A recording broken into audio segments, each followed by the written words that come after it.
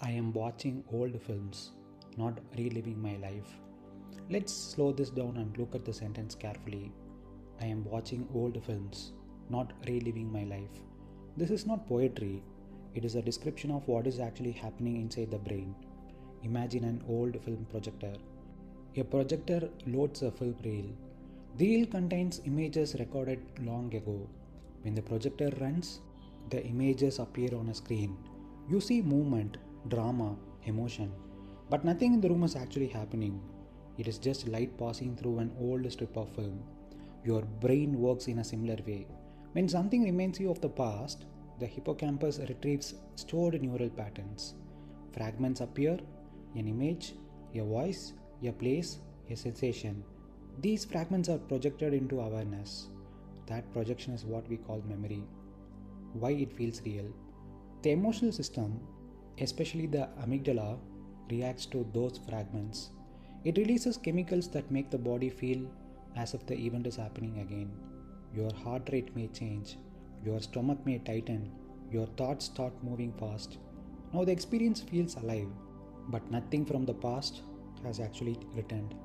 Only a neural replay is happening, where suffering begins. The mind does something subtle but powerful. Instead of recognizing the replay as a replay, it says, "This is my life happening again." It merges identity with the film. So instead of watching the movie, you jump inside the movie. You start arguing with the characters. You start fixing scenes. You start regretting what happened. But the entire time, the projector is simply running old footage, seeing the illusion. When you say, "I'm watching old films," you are acknowledging something very precise.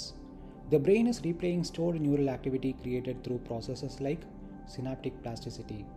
That replay is happening now, in the present moment. The past itself is not returning. The shift in perception. Normally, the mind says, "I am reliving that moment."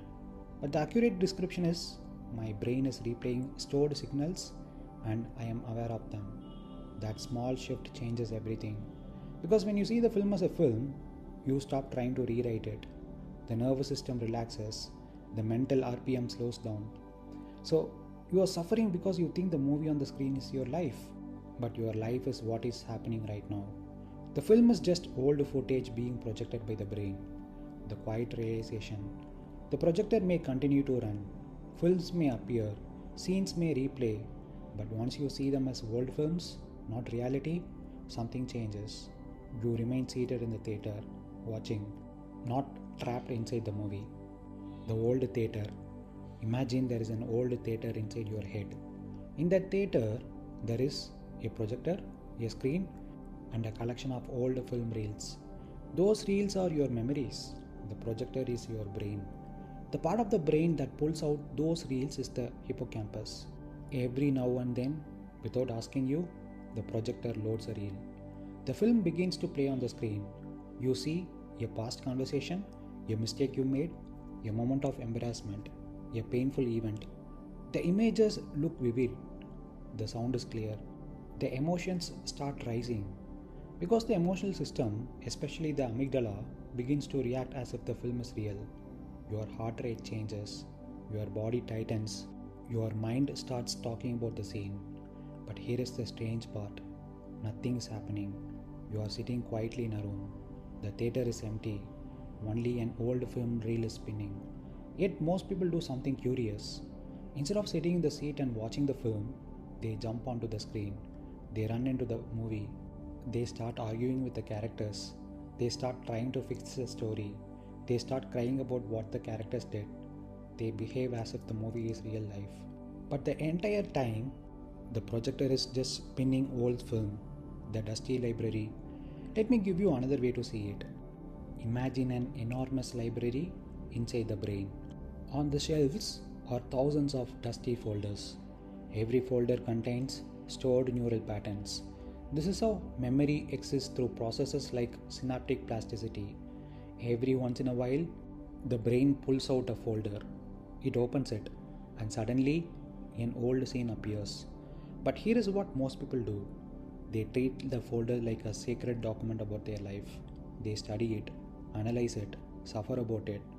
But what is it really? A dusty record. old data, stored signals, dead electricity. Yet the mind behaves as if the document is alive. The echo in the cave. Here is perhaps the simplest analogy. You shout inside a cave, your voice echoes, the sound returns again and again. Now imagine someone hearing the echo and saying, "Who's speaking? Why are they attacking me?" But there is no second voice. There is only an echo of a sound that already ended. Memory is like that echo. It is the nervous system replaying signals from the past. Nothing new is happening, yet the mind treats the echo as if it were a new event. The moment the illusion breaks, one day, something changes.